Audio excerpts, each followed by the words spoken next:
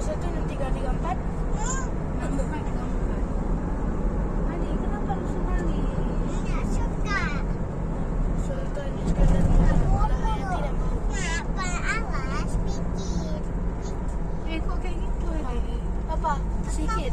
Oh iya iya. Iya, aku Mau mau ngapain? bobo. Oh, mau bobo ya udah yuk. Tidur.